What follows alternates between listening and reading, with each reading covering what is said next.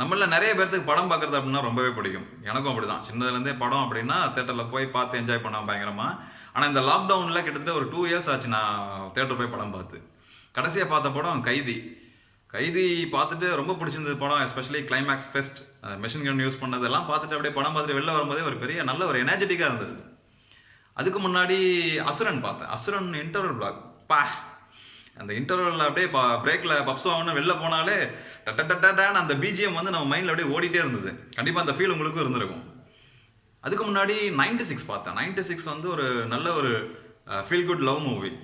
ஆனால் கண்ணில் தண்ணி வச்சுட்டேன், ராமன் ஜானும் சேரலை அப்படின்னு சொல்லி. அதுக்கும் ஒரு 10-15 வருஷம் முன்னாடி காதல் படம் வந்து அந்த படம் பார்த்துட்டு கிட்டத்தட்ட லிட்டரலாக ஒரு 1 or 2 days ஆச்சு அந்த தாக்கத்துலேருந்து வெளில வர்றதுக்கே. அந்த மாதிரியான ஒரு நல்ல ஒரு பயங்கரமான கிளைமேக்ஸ் உள்ள ஒரு படம் அந்த படம். அதுக்கு முன்னாடி ஒரு 10-15 வருஷம் முன்னாடி அஞ்சலி படம் பார்த்துட்டு அஞ்சலி ஏந்திரு அப்படின்னு சொல்லி அந்த தியேட்டரில் ஆடியன்ஸில் கத்துன பாதி பயம் நம்ம பயம் தான். அதில் நானும் ஒருத்தன். அந்த மாதிரி ஒவ்வொரு படம் நம்ம பார்க்கும்போதும் நம்ம ரியாலிட்டியை மறந்து படத்தோட டைரக்டாக கனெக்ட் ஆகிடுவோம். எதனால? பிகாஸ் ஆஃப் இமோஷனலாக நம்ம அந்த படத்தோட ரியாலிட்டியை மறந்து கனெக்ட் ஆகிடுவோம். அது கூட ட்ராவல் ஆக ஆரம்பிச்சிடுவோம். சரி, இந்த மாதிரி படம் பார்க்கறதுனால தான் அந்த மாதிரி ஈஸியாக கனெக்ட் ஆகிடுறோம் அப்படின்னா கண்டிப்பாக இல்லை. நிறைய புக் படிக்கிறவங்க பார்த்துருந்தீங்கன்னா தெரியும் உங்களுக்கு. ஒரு நாவல் படிக்கிறவங்க, புக் படிக்கிறவங்களும் இதே மாதிரி நம்ம ஒரு படம் பார்த்து என்ஜாய் பண்ணி அந்த ஒரு 1-2 நாள் ஆகும் அந்த தாக்கத்துலேருந்து வெளில வர மாதிரி புக் படிக்கிறவங்களுக்கும் இருக்கும். அந்த இம்பேக்ட் வந்து சில நாட்கள் இருக்கும், சில மணி நேரங்கள் இருக்கும், அந்த மாதிரி இருக்கும். இது வந்து ஃப்ரண்ட் எண்டில் நம்ம பார்க்குற விஷயம். பேக் எண்டில் இந்த இமோஷனுக்கு பின்னாடி ஒரு பெரிய பிஸ்னஸ் இருக்குது. இந்த இமோஷனுக்கு பின்னாடி ஒரு கன்வர்ஷன் இருக்குது. ஒரு டைரக்டர் ஒரு ப்ரொடியூசர் கிட்ட ஒரு கதை சொல்லும் போது அந்த ப்ரொடியூசருக்கு அந்த படம் ஓகே இது வந்து இமோஷனலாக மக்கள் கிட்ட கனெக்ட் ஆகும் அப்படின்னு தெரிஞ்சு தான் அதில் இன்வெஸ்ட் பண்ணுறாங்க. அது மூலயமா நம்ம படம் பார்க்குறோம், அது அப்படியே கன்வர்ஷன் ஆகுது, அது மூலயமா அவங்களுக்கு பிஸ்னஸ் நடக்குது. இப்போவெல்லாம் நம்ம அப்படியே அந்த இமோஷனோட படம் பார்த்துட்டு ஒரு இமோஷனலோட வெளியே வரும்போதே ஒரு மைக் அண்ட் கேமரா வச்சு அழகாக கேப்சர் பண்ணி அப்படியே பப்ளிஷ் பண்ணிடுறாங்க. அதை பார்த்துட்டு மற்றவங்களும் அடடா படம் சூப்பர் அப்படின்னு சொல்லி நம்மளும் பார்க்கணும் அப்படிங்கிற அந்த ஒரு இன்ஃப்ளூயன்ஸ் நடக்குது. ஸோ இந்த மாதிரியான விஷயங்கள் நம்ம கான்டென்ட் ரைட்டிங்குள்ளே எப்படி வந்து ஒரு சைக்கலாஜிக்கல் எலிமெண்ட்ஸை சேர்க்கணும், இமோஷனலாக எப்படி வந்து ஒரு ஆர்டிக்கலை கனெக்ட் பண்ண வைக்கணும் அப்படிங்கிற மாதிரியான விஷயங்களை இந்த வீடியோவில் பார்க்கலாம்.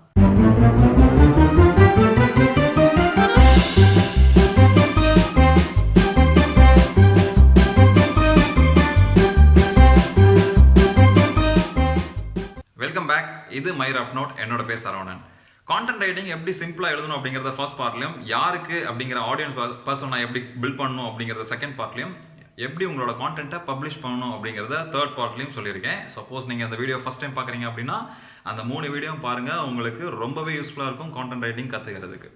இந்த வீடியோவில் உங்களோட கான்டென்ட்க்கு பின்னாடி இருக்கிற சில சைக்கலாஜிக்கலான விஷயங்கள் அண்ட் ஆடியன்ஸை எதனால நம்ம வந்து என்கேஜ் பண்ணணும், எப்படி என்கேஜ் பண்ணணும், இது மூலயமா எப்படி கன்வர்ஷன் நடக்கணும் அப்படிங்கிறத பார்க்கறதுல ஃபர்ஸ்ட் வந்து சோஷியல் ப்ரூஃப் அப்படிங்கிறது ஜென்ரலாக நம்ம ஒரு ப்ராடக்ட்டை பர்ச்சேஸ் பண்ணுறதுக்கு முன்னாடி அந்த ப்ராடக்ட்டை பற்றி ரிவ்யூ பார்ப்போம், ப்ராஸ் அண்ட் கான்ஸ் பார்ப்போம், இல்லை கம்பேரிசன் பண்ணி பார்ப்போம். ஸோ இந்த மாதிரி நம்ம ஒரு ப்ராடக்ட்டை எதனால சோஷியல் மீடியாவில் இந்த மாதிரியான இன்டர்நெட்டில் பார்க்குறோம் அப்படின்னா அந்த ப்ராடக்ட்டை நம்ம ஃப்ரெண்ட்ஸ் சர்க்கிளில் நிறைய பேர் வாங்கியிருக்க மாட்டாங்க, இல்லை அந்த ப்ராடக்ட்டை வந்து பற்றி நிறைய தெரியாமல் இருக்கும், இல்லை நம்மளே ஃபஸ்ட் டைம் வாங்குற மாதிரி இருக்கும். அப்போது நம்ம வந்து ஒரு பப்ளிக் மீடியமை ஆக்சஸ் பண்ணுறோம், அதில் கொடுத்துருக்கிற விஷயங்களை நம்ம பார்க்குறோம், ஒரு ரிவ்யூ பார்க்குறோம். சில பேர் வந்து ஒரு மொபைல் வாங்குகிறோம் அப்படின்னா ஸ்க்ரீன் நல்லா இருக்குது, ரெசல்யூஷன் நல்லா இருக்குது, இல்லை பேட்டரி வந்து கொஞ்சம் ஹீட் ஆகுது, இந்த மாதிரியான விஷயங்கள்லாம் சொல்லியிருப்பாங்க. நமக்கு ஈஸியாக ஒரு ப்ராடக்டை ஜட்ஜ் பண்ண முடியும். ஓகே இது வாங்கலாமா வாங்க வேண்டாமா அப்படிங்கிற விஷயத்த சோஷியல் ப்ரூஃப் அப்படிங்கிற நீங்கள் வந்து மார்க்கெட் பண்ணுற உங்களோட ப்ராடக்ட்க்கு உண்டான ஆதாரம் அப்படிங்கிறது கண்டிப்பாக வைக்கணும். இது மூலயமா தான் ஒரு ட்ரஸ்ட் பில்ட் ஆகும் வாங்குறவங்களுக்கு. ஓகே இது கரெக்ட் அப்படிங்கிற ஒரு டெசிஷன் மேக்கிங் வர்றதுக்கு சோஷியல் ப்ரூஃப் அப்படிங்கிறது ரொம்பவே முக்கியம். இதை உங்களோட இமேஜ்லையோ இல்லை வீடியோலையோ நீங்கள் கொடுக்கும்போது இன்னும் கொஞ்சம் வேல்யூ அதிகமாகும் உங்களோட ஆர்டிக்கலுக்கு. Second, social psychology. இந்த சோஷியல் ப்ரூஃப் அப்படிங்கிறதே சைக்கலாஜிக்கலாக மக்கள் கிட்ட கனெக்ட் ஆகும். எப்படி அவங்களோட திங்கிங் மாறும், அவங்களோட பையிங் பிஹேவியர் மாறும், இல்லை டெசிஷன் மேக்கிங் இதுதான் கரெக்ட் இதுதான் வாங்குறோம் அப்படிங்கிற ஒரு டெசிஷன் மேக்கிங்க்கு வரும். ஸோ இந்த சோஷியல் சைக்காலஜிலேயே இன்னொரு விஷயம் இருக்குது.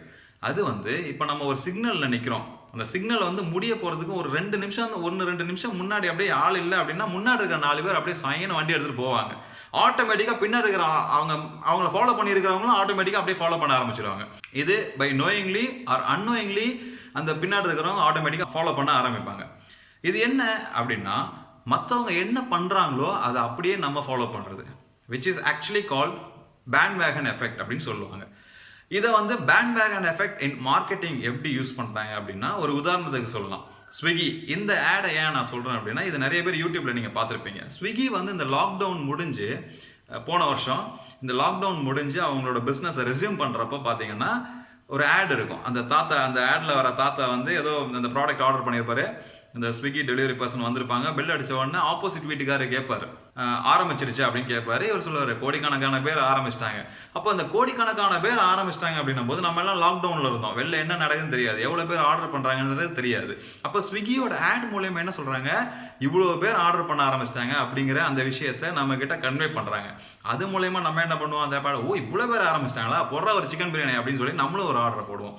ஸோ இதுதான் வந்து பேண்ட்வேகன் எஃபெக்ட். அப்போ உங்கள் ஆர்டிக்கல்குள்ள இந்த மாதிரியான ஒரு பெரிய ஒரு ஸ்டாட்டிஸ்டிக்ஸ் இதெல்லாம் எதுக்காக வைக்கணும் அப்படின்னா, இந்த மாதிரியான விஷயத்தை தான் வைக்கணும். ஸோ அப்போ ஒரு ஸ்டாட்டிஸ்டிக்ஸ் இருக்கும்போது என்ன பண்ணுவாங்க, 67% இவ்வளோ இது பண்ணுறாங்களா, 90% ஆஃப் பீப்புள் இப்படி தான் இருக்காங்களா.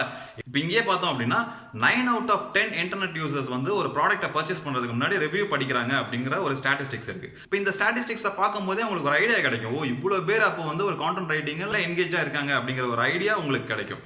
இதுதான் வந்து பேண்ட்வேகன் எஃபெக்ட். இதை வந்து உங்களோட ஆர்டிக்கல்குள்ள உங்களோட நீஷ்க்கு ஏற்ற மாதிரி நீங்கள் வைக்கிறது ரொம்பவே முக்கியம். அண்ட் இது வந்து சைக்கலாஜிக்கலாக ஒரு பர்ச்சேஸ் பிஹேவியரை மாற்றும், ஒரு டெசிஷன் மேக்கிங்க்கு ரொம்பவே ஹெல்ப்ஃபுல்லாக இருக்கும். அண்ட் மூணாவதாக நம்ம பார்க்குறது சோஷியல் இன்ஃப்ளூயன்ஸ்.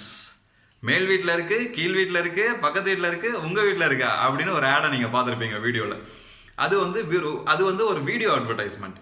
இதே விஷயத்தை கான்டென்ட்குள்ளே எப்படி வைக்க முடியும், ஒரு சோஷியலாக நம்ம வந்து ஒரு விஷயத்தை எப்படி இன்ஃப்ளூயன்ஸ் பண்ண முடியும் அப்படின்னா, நீங்கள் கொடுக்குற இன்ஃபர்மேஷனல் சோஷியல் இன்ஃப்ளூயன்ஸ் அப்படின்னு சொல்லுவாங்க.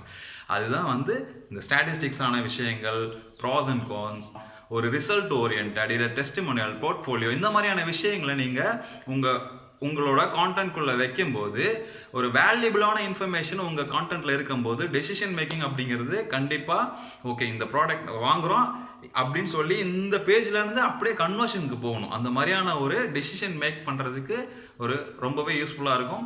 அண்ட் இல்லை அப்படின்னா, இப்போ உங்கள் ப்ராடக்ட்டுக்கு வந்து அல்டர்னேட்டாக ஒரு ப்ராடக்ட்டை தேடி வராங்க, உங்கள் ஆர்டிக்கலை படிச்சிருக்காங்க அப்படின்னும் போதும் உங்களுக்கு அங்கேருந்து ஓகே அதுக்கு பதிலாக இது வாங்கலாம் அப்படிங்கிற ஒரு முடிவு எடுக்கிறதுக்கும் ரொம்பவே ஈஸியாக இருக்கும். ஸோ இந்த மாதிரியான சோஷியல் ப்ரூஃப் அண்ட் சைக்கலாஜிக்கலாக எப்படி பிஹேவ் ஆகுது அண்ட் உங்களோட இன்ஃபர்மேஷன் வந்து எந்த அளவுக்கு ஒரு வேல்யூபிளான ஒரு கன்வர்ஷன் நடக்கும் அப்படிங்கிற மாதிரியான விஷயங்களை பேக் எண்டில் உங்களோட ஆர்டிக்கல்குள்ளே அதை நீங்கள் வச்சு எழுதும்போது தான் ஈஸியாக உங்களால் ஒரு கன்வர்ஷன்ஸாக பார்க்க முடியும். இதெல்லாம் ஓகே சார், நீங்கள் சொல்கிறதெல்லாம் புரியுது, ஆனால் எழுதணும் அப்படின்னும் போது அந்த முதல்ல எப்படி ஸ்டார்ட் பண்ணுறதுனே தெரில அப்படின்னு நீங்கள் என்கிட்ட நிறைய பேர் டிஸ்கஸ் பண்ணீங்க. அதுக்கான வீடியோ அடுத்தது நாளைக்கே நான் போஸ்ட் பண்ணுறேன். உங்களுக்கு ரொம்பவே யூஸ்ஃபுல்லாக இருக்கும். இதை நான் எக்ஸ்பீரியன்ஸ் பண்ணி நிறைய பேர்த்துக்கு நான் அதை வந்து சஜஸ்ட் பண்ணி தான் இந்த ஒரு மெத்தடை நான் உங்களுக்கு கொடுக்குறேன்.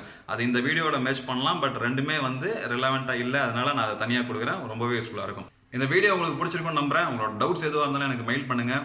இன்ஸ்டாவில் இருந்தீங்க அப்படின்னா எனக்கு மெசேஜ் கூட பண்ணலாம். கிளப் ஹவுஸில் நீங்கள் இருந்தீங்க அப்படின்னா எவ்ரி வெட்னஸ்டே 8 PM நம்ம டிஸ்கஸ் பண்ணலாம். சேனலை சப்ஸ்கிரைப் பண்ணி வைங்க. இந்த மாதிரியான யூஸ்ஃபுல்லான வீடியோ உங்களுக்கு வேணும் அப்படின்னா லைக் பண்ணுங்கள் அண்ட் ஷேர் பண்ணுங்கள், கமெண்ட் பண்ணுங்கள். இது பண்ணுறது மூலயமா இந்த வீடியோ நிறைய பேருக்கு போய் ரீச் ஆகும். நெக்ஸ்ட் இன்னொரு வேல்யூபிளான வீடியோவில் உங்களை மீட் பண்ணுறேன். Thank you very much.